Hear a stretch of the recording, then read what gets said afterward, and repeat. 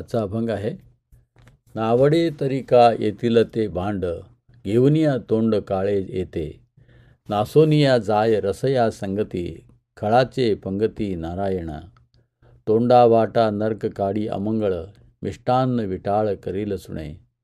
तुका म्हणे नाही संतांची मर्यादा, निंदे तोची निंदा माय झवा.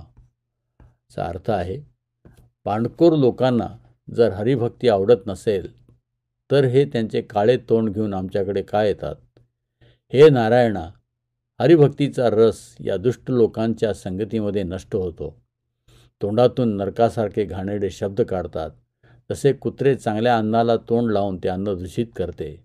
तुकाराम महाराज म्हणतात, जो संतांची मर्यादा राखत नाही तो निंद्य आहे. तुम्ही देखील अशा दुष्ट लोकांची निंदा करा. भगवान श्रीकृष्णाची भक्ती न आवडणारे अनेक दुर्दैवी जीव या जगात आहेत. असे लोक श्रीकृष्णांची आणि त्यांच्या भक्तांची निंदा करतात. असे लोक साधुसंतांची निंदा करतात. अपमान करणाऱ्यामध्ये कोणतीही मर्यादा पाळीत नाहीत. म्हणून हरिभक्तांनी अशा निंदकापासून दूर राहिले पाहिजे.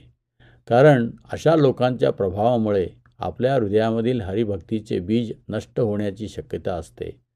स्वतः भगवान श्रीकृष्ण भगवद्गीतेमध्ये अशा लोकांना गीता भागवतचा उपदेश सांगू नये असे सांगतात.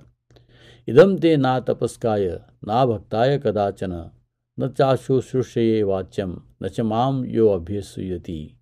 अर्थात, जो तप करीत नाही, जो भक्त नाही, भक्तीमध्ये संलग्न नाही, तसेच जो माझा द्वेष करतो, त्याला हे परमगुह्य ज्ञान कधीही सांगू नये.